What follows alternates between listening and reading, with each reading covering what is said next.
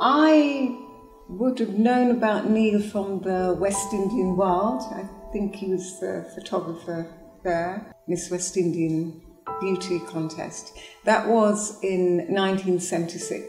I was 22, and in that particular contest I was runners-up, so I was really quite chuffed about it, and one felt like a mini celebrity in the limelight of the Caribbean fraternity. The function was held at glamorous hotels in the West End.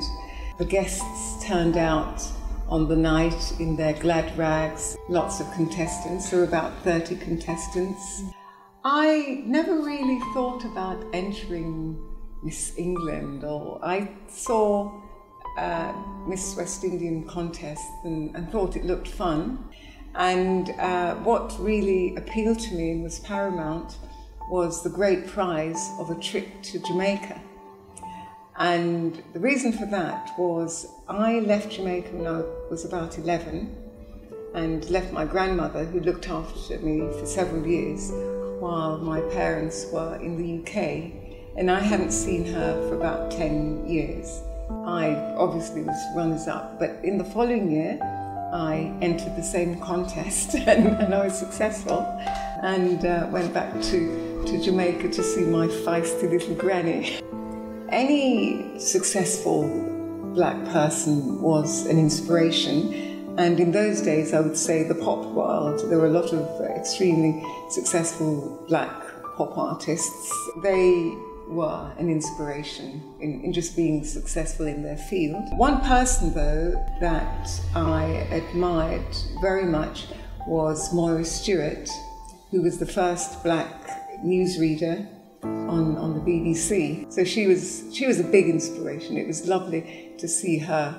As an individual myself, in order to excel as a black person, to achieve the same thing as my white counterpart or male counterpart as a black woman, one has to work doubly hard. But that's good in a sense because it enables you to be much more equipped to achieve things. Many people will feel that they'll never be able to do certain things, and they don't have the goal because they might not see other role models. They're not sufficient role models in the black community. Now, I would say that a leader needs to understand the different levels of people's achievement and abilities, and to encourage them to excel and to work to their full capacity. If they could see the different stages that they need to work through and to build confidence, then that is something that one has to put forward as a leader.